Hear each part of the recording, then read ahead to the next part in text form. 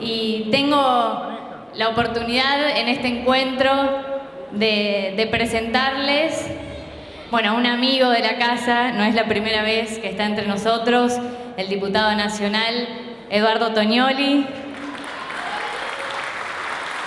con quien caminamos en más de una oportunidad la provincia de Santa Fe, dando importantes y valiosos debates. Edu, bienvenido. Y también nos visita en esta tarde-noche Marco Enríquez Ominami, quien nos visita desde el país vecino de Chile, ex diputado nacional, fue candidato a presidente allí. Bienvenido. Me parece que vale también a Marco presentarle nuestra feria. Nuestra feria es, además de un lugar de encuentro, un espacio de reflexión y un espacio de debate, es un espacio profundamente latinoamericano. En cada una de nuestras ediciones nos hemos manifestado de esa manera. Lo hemos hecho siguiendo todos los días las manifestaciones que se han sucedido en Chile. Lo hemos hecho repudiando el golpe en Bolivia. Lo hacemos repudiando el bloqueo a nuestra hermana Cuba. Y lo hacemos también con enorme alegría celebrando el triunfo de Lula da Silva en Brasil.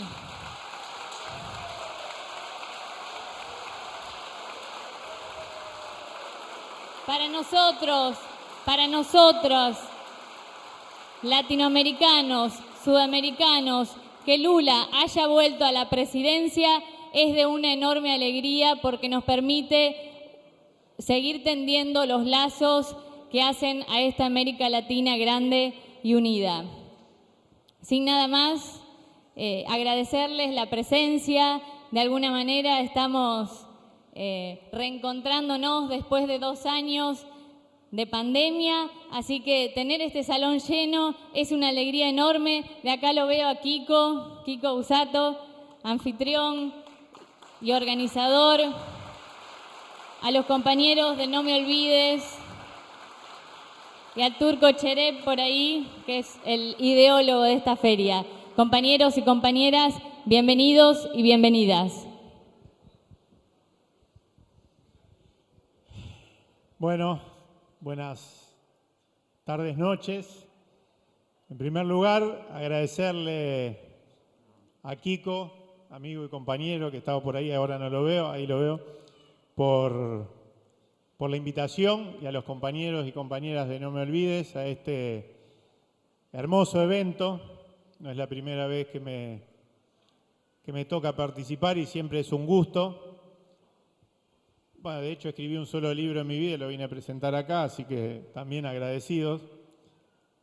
También ya tuve hijos, así que me falta el árbol, nada más plantar un árbol, como se suele decir. Gracias porque es un evento muy movilizador y que además se sostiene año a año y eso es lo importante. Después de decir que esta cosa media moderna de sillones y no una mesa me caga un poco porque tenía un machete, entonces quería apoyarlo ahí, lo voy a tener acá, pero no veo hasta ahí. Sí, tengo cabeza para guardar algunas cosas igual. Y bueno, gracias a Marcos por este espacio. Bueno, fundamentalmente 2 o 3 reflexiones. Entiendo que por estos días en los que estamos contentos por el triunfo de Lula en Brasil, se reavivaron algunos análisis, algunos números se pusieron sobre la mesa. Escuché a 2 o 3 analistas repetir en los últimos días un dato bastante elocuente.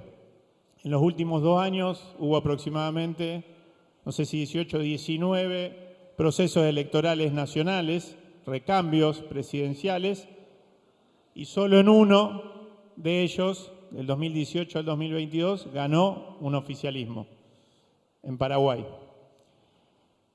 Esto que rápidamente nos puede llevar a algunas conclusiones, ¿no? O que pueden reafirmar cierta idea que circula de una crisis de representatividad. También puede ser pensado como una crisis, en última instancia, de la política o una crisis de los estados o de estados incapaces de resolver o de conducir, de ordenar, de poner en caja, si se quiere inclusive, algunos procesos o de ponerle límite a algunos de los aspectos más dañinos de este capitalismo postindustrial que nos toca atravesar, ¿no? En el mundo y también en la región.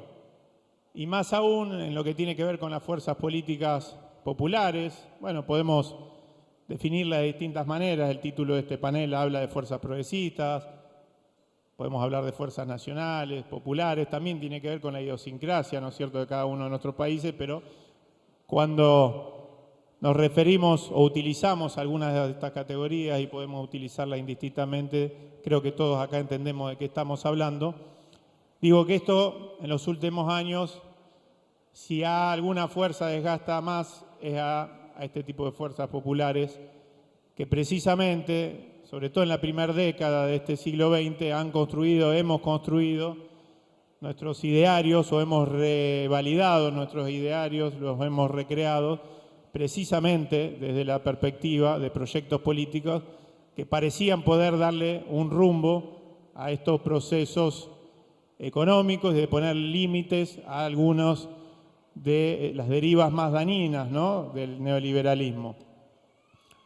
Y el caso argentino quizás sea elocuente. El título de este panel habla de Latinoamérica.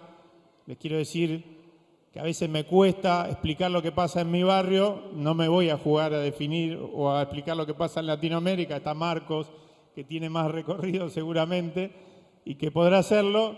Vamos a quedarnos con Argentina, a sacar algunas conclusiones o algunas reflexiones de lo que viene pasando en la Argentina. En la Argentina hay, entiendo yo, dos ciclos abiertos, muy marcados. El primero de ellos, un ciclo que empieza fecha más, fecha menos, del Rodrigazo para acá, o del 24 de marzo de 1976, para ser más precisos, al presente. Es el ciclo en que se abre la entrada de la Argentina a un proceso de capitalismo de valorización financiera, capitalismo postindustrial, bueno, llamémosle como querramos, que no premia, como en otra etapa del capitalismo, la generación de empleo, que no premia la producción, que premia fundamentalmente la especulación y que genera la precarización progresiva de los trabajadores y de los sectores populares, ¿no? Por supuesto con algunos interregnos valiosos, con algunos procesos de interrupción de algunos aspectos de ese proceso, por lo menos de lo que tiene que ver con la precarización de las condiciones de vida de nuestro pueblo, y que nosotros reivindicamos y que de alguna manera nos constituyen, ¿no? El periodo, por ejemplo, claramente en la Argentina, que va del 2003 al 2015, pero que sin embargo, periodo en el que, producto de que ese ciclo al que hacía referencia todavía está abierto, se siguieron dando algunos procesos regresivos en algunos aspectos de nuestra vida y en la económica, si se quiere, en particular. Porque el periodo de mayor recomposición de las condiciones de vida de nuestro pueblo de las últimas décadas y de mayor ampliación de derechos para nuestro pueblo de las últimas décadas también ha sido, y en ese sentido hay un libro muy interesante de un intelectual argentino del campo nacional, Eduardo Halliburton. El título lo tengo por acá, Radiografía de las Corporaciones Económicas 2003-2013, que en algún momento generó un profundo debate dentro de nuestras fuerzas, que muestra que ese periodo de recomposición de las condiciones de vida de nuestro pueblo también fue paralelamente y paradójicamente un periodo de enorme concentración y extranjerización de la economía. Esto no tiene que llevarnos, claro, a, como se solía decir antes, tirar el agua sucia con el bebé adentro, ¿no es cierto?, o a impugnar en un todo esos procesos, sino en todo caso a reflexionar sobre los límites, ¿no?, de esos procesos y a reflexionar sobre todo cómo superamos esos límites. Que también generan que, mientras esté abierto ese proceso, toda conquista en la Argentina, toda conquista social, laboral, de nuestros proyectos políticos, nacionales y populares, sea provisoria. Y me parece que lo que pasó entre el 2015 y el 2019 es muy elocuente en ese sentido y da cuenta de esa provisoriedad, ¿no? Con la llegada de Mauricio Macri, muchas de las conquistas obtenidas a sola firma de decreto fueron conculcadas.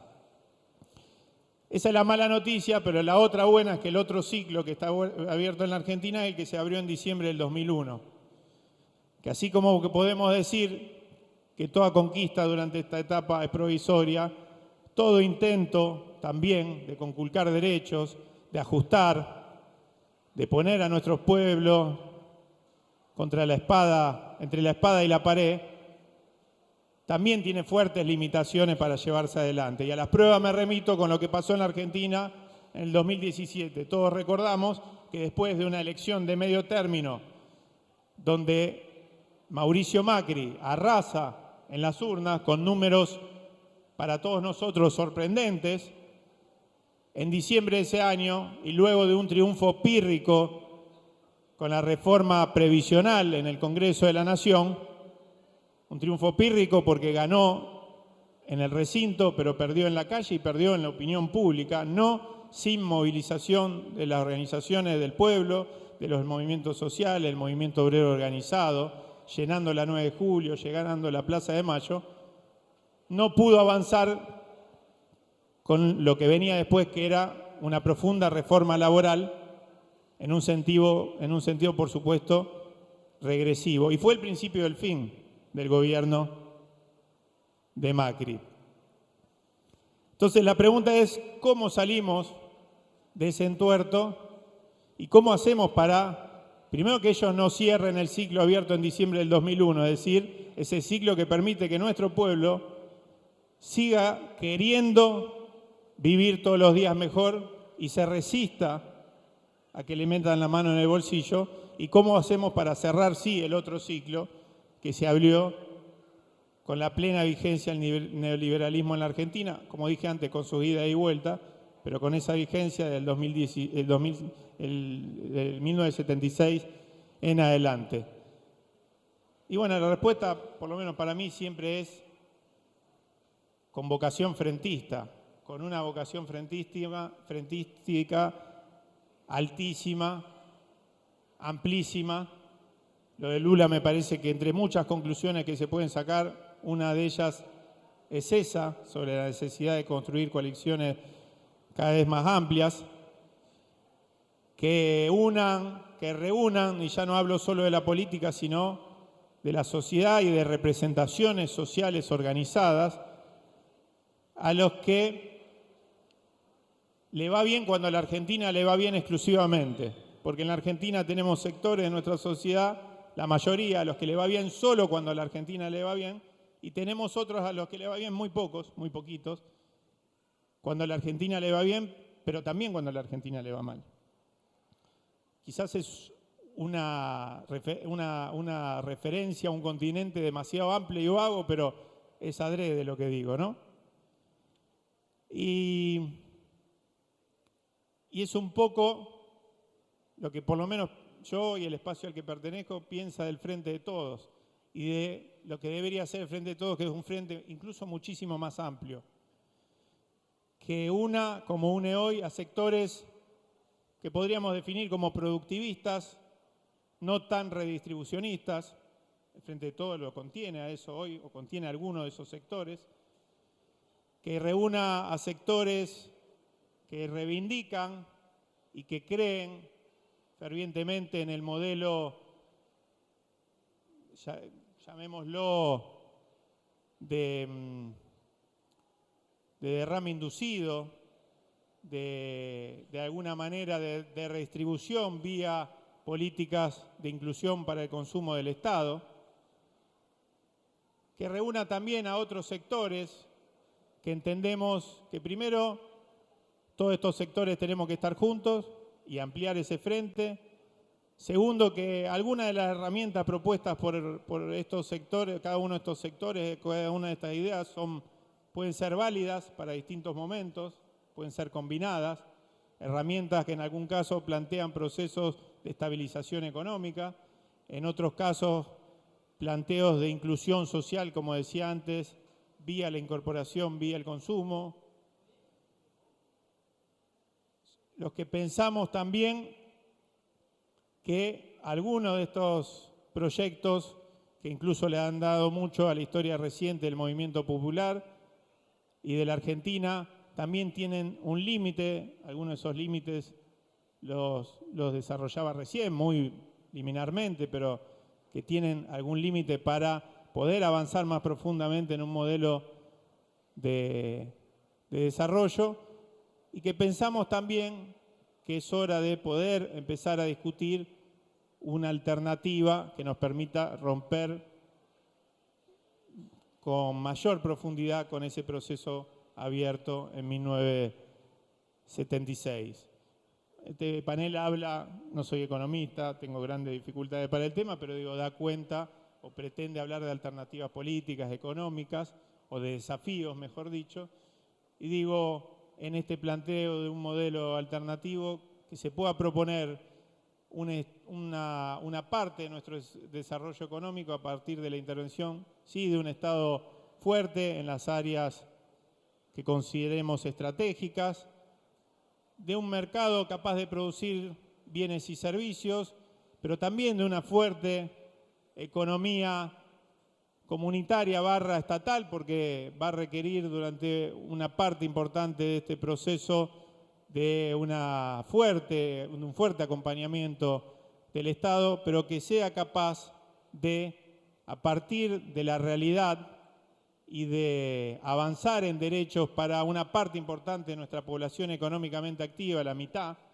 que hoy trabaja, que hoy no tiene derecho y que para colmo se tiene que bancar la estigmatización de algunos sectores de la política, del poder económico y de los medios de comunicación que dicen que no trabajan, que conviertan todo ese esfuerzo, ese trabajo en resolución de las necesidades básicas e insatisfechas de nuestro pueblo y también en desarrollo nacional. Y que podamos, desde la política, desde el Estado, de la militancia, de alguna manera recuperar algunas reflexiones que se vienen llevando adelante de distintos espacios gremiales de la economía popular, desde la intelectualidad, desde la academia, pero también de intelectuales, ¿por qué no también como el Papa Francisco, que nos llama a pensar nuevamente o a ponerle nuevamente en el lugar del trabajo, categorizar como trabajo a toda actividad que permita la reproducción de nuestra comunidad y no solo lo que acumula en términos capitalistas.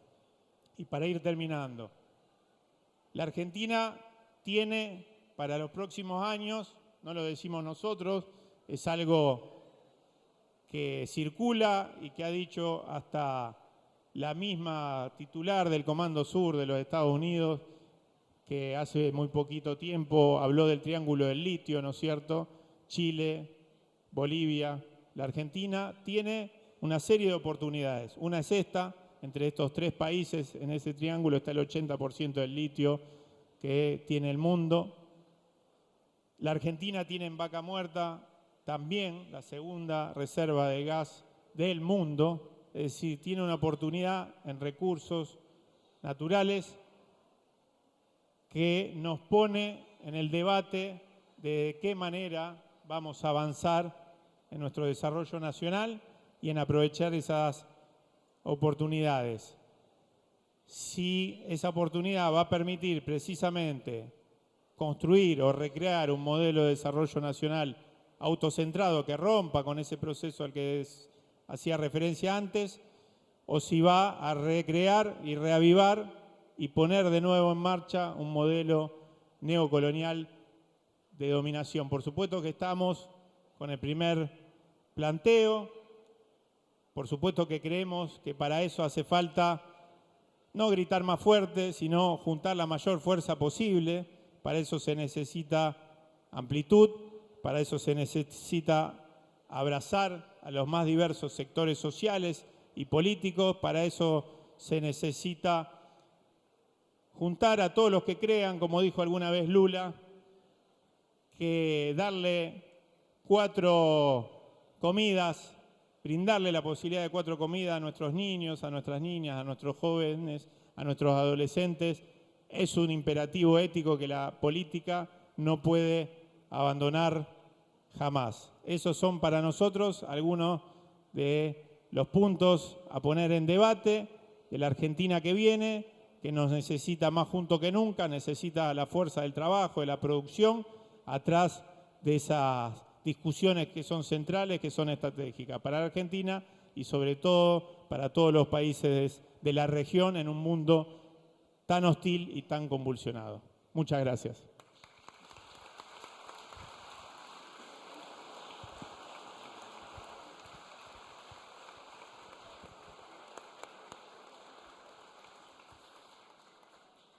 Buenas tardes a todas y a todos. Gracias por la invitación.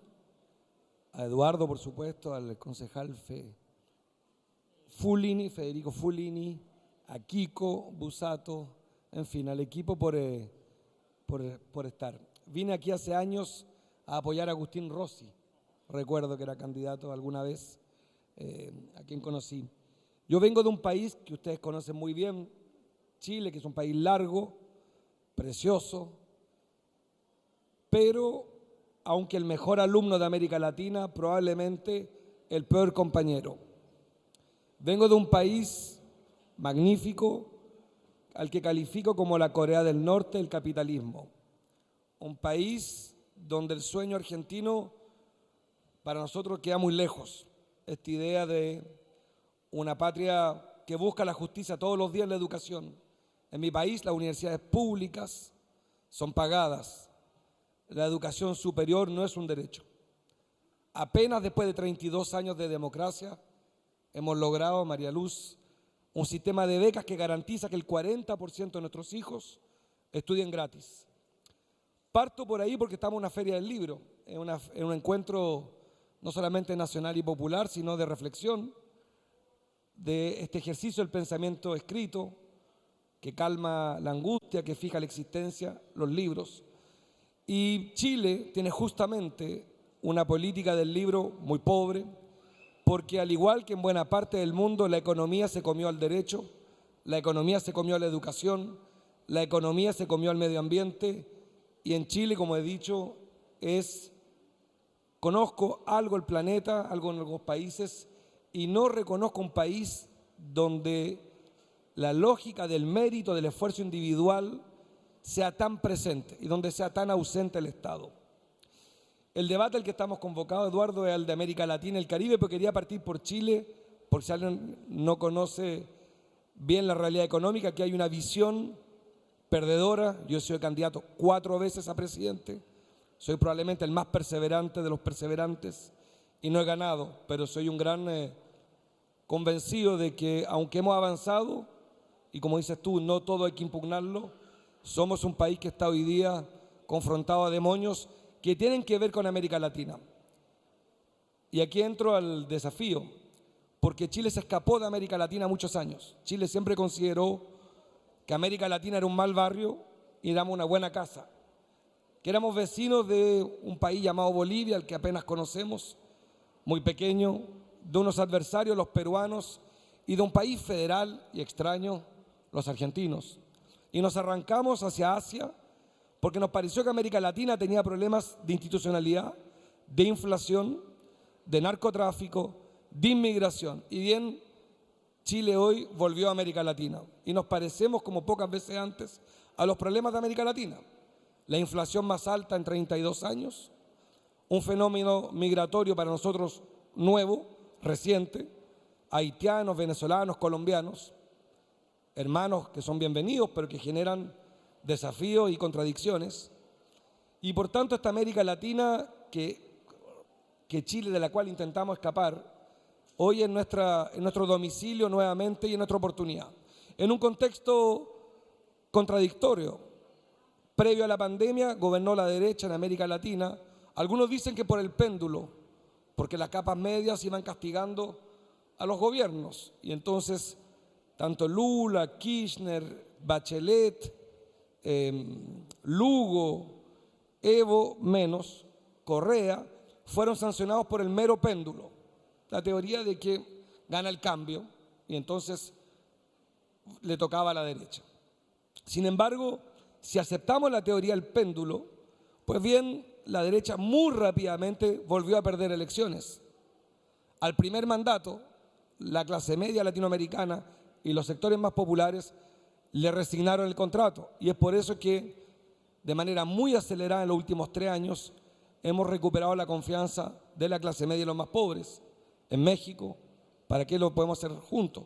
Argentina, Perú como nunca antes, Chile, Bolivia, Colombia, el principal aliado junto a Israel de Estados Unidos, Brasil, y a eso le sumamos Venezuela, Cuba, Honduras, que tiene la primera mujer presidenta de su historia.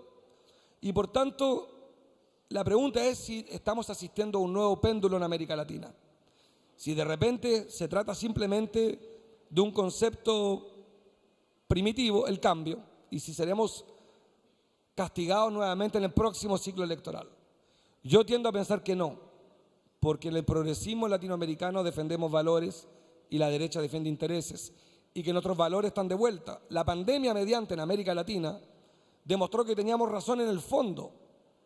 Somos apenas el 7% del mundo y aportamos 1/3 de los muertos. Y todos los gobiernos estuvieron de acuerdo, moros y cristianos, en que la política de vacunación debía ser gratuita, universal y que los ricos se vacunaran gratis. Ese ejemplo argentino que lo encabezó Alberto Fernández en América Latina, ese ejemplo de la vacunación universal gratuita, no ha sido suficiente aparentemente para convencer mayoritariamente a nuestros pueblos. Hemos ganado la batalla más difícil contra el liberalismo, la idea de que en algunas dimensiones de la vida en América Latina necesitamos políticas universales. ¿Cómo estás tantos años? Este sí que lo conozco. Yo sostengo que en América Latina y el Caribe estamos enfrentando entonces, ojalá, lejos de un péndulo, un nuevo proceso. Y algunos plantean que estamos asistiendo a una nueva ola progresista. Otros más escépticos sostienen que estamos en el declive de la primera ola. Ese es el desafío que viene. Si somos capaces de avanzar más allá de la ocasional alza de los precios de los commodities.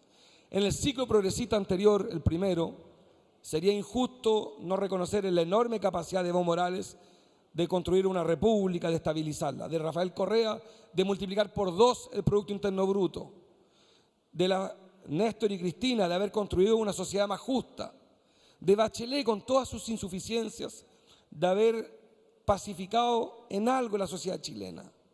Sería injusto no reconocer las decenas de millones de brasileros que salieron de la pobreza, pero sería también insuficiente no reconocer que ese esfuerzo humanista, progresista, socialista, se hizo también en un contexto de un alza de los precios de las materias primas.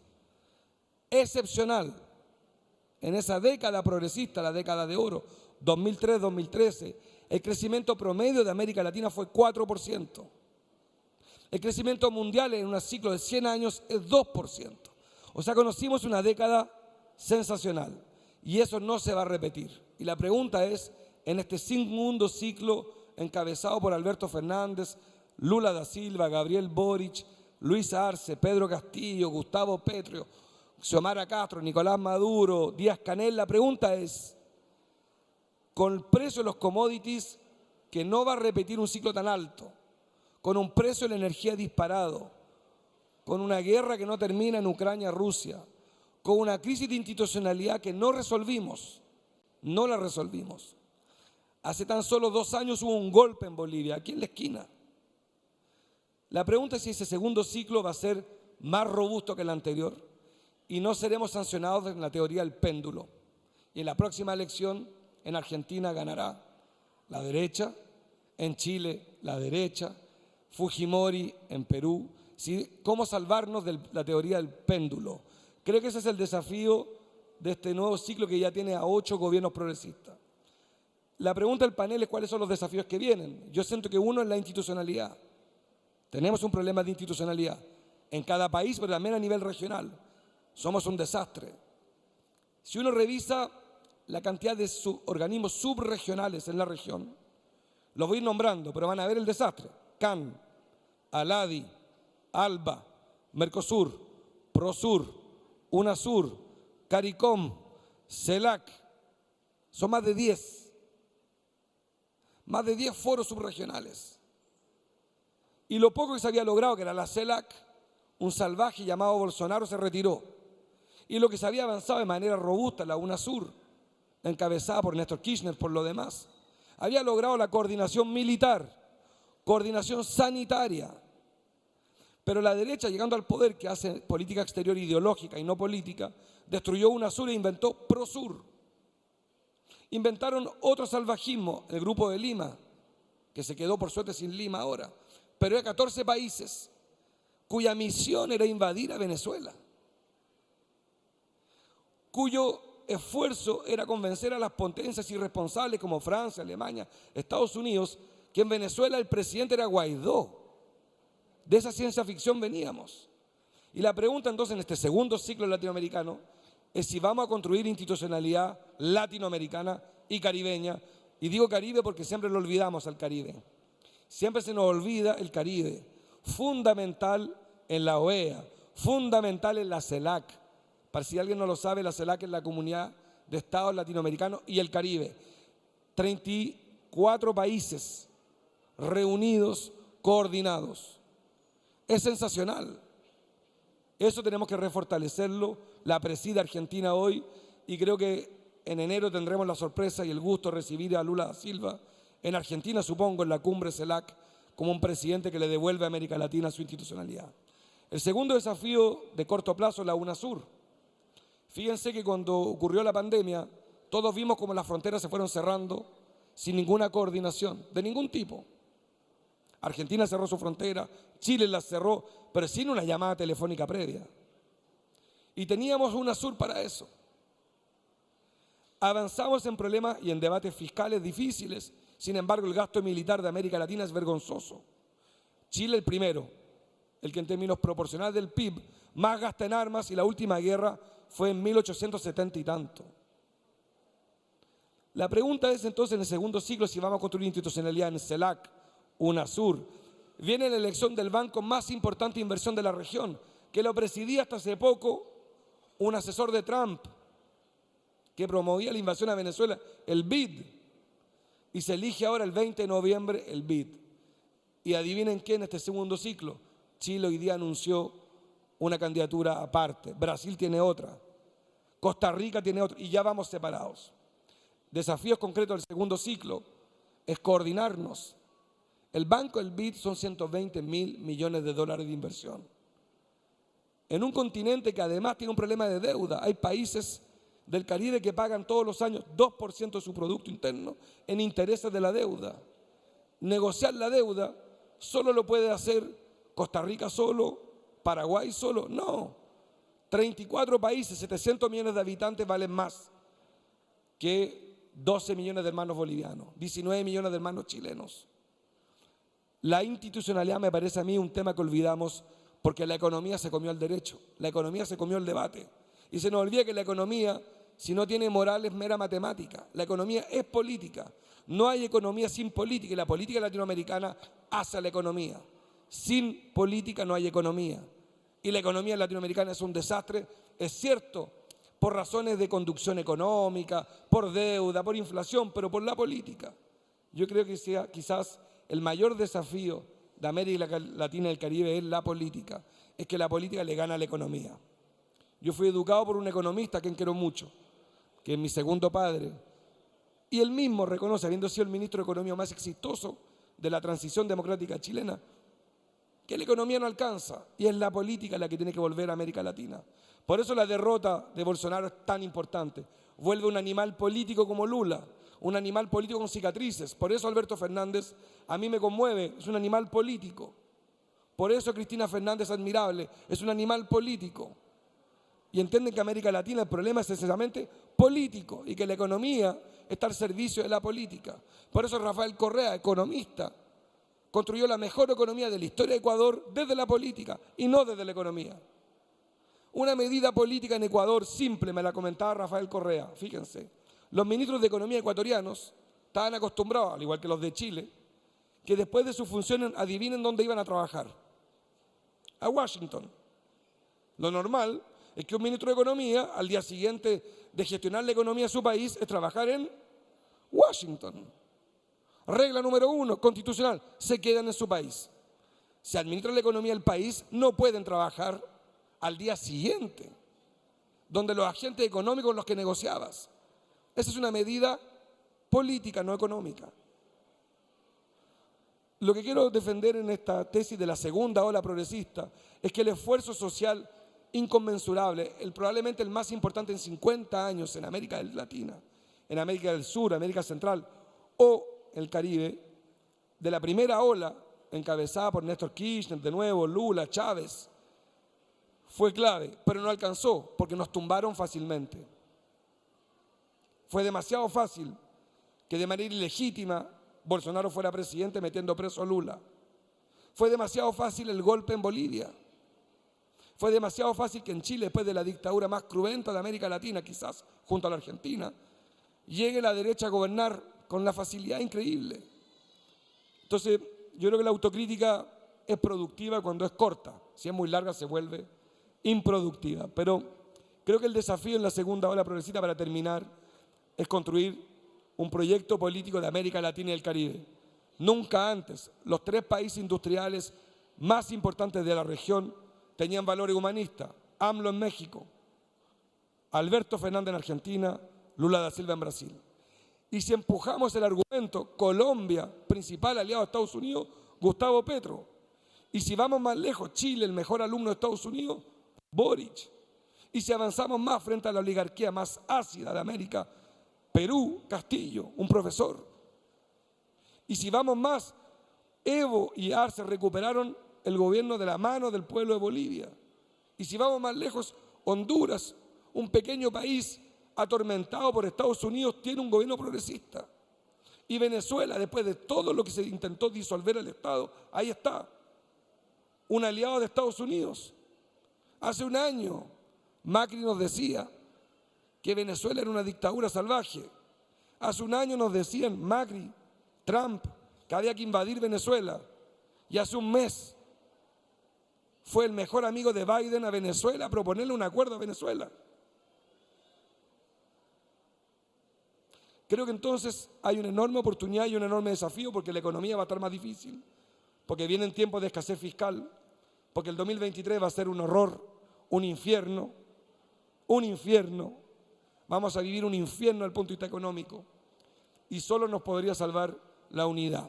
Muchísimas gracias y buenas noches.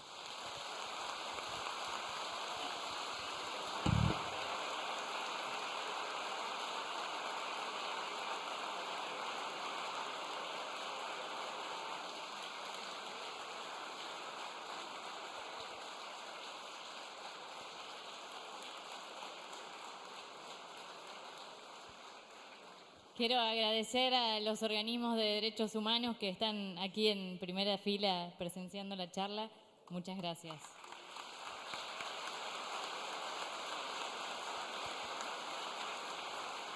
Y ahora sí, para cerrar, invitamos al concejal Fede Fulini a hacer entrega de la declaración de interés de la charla.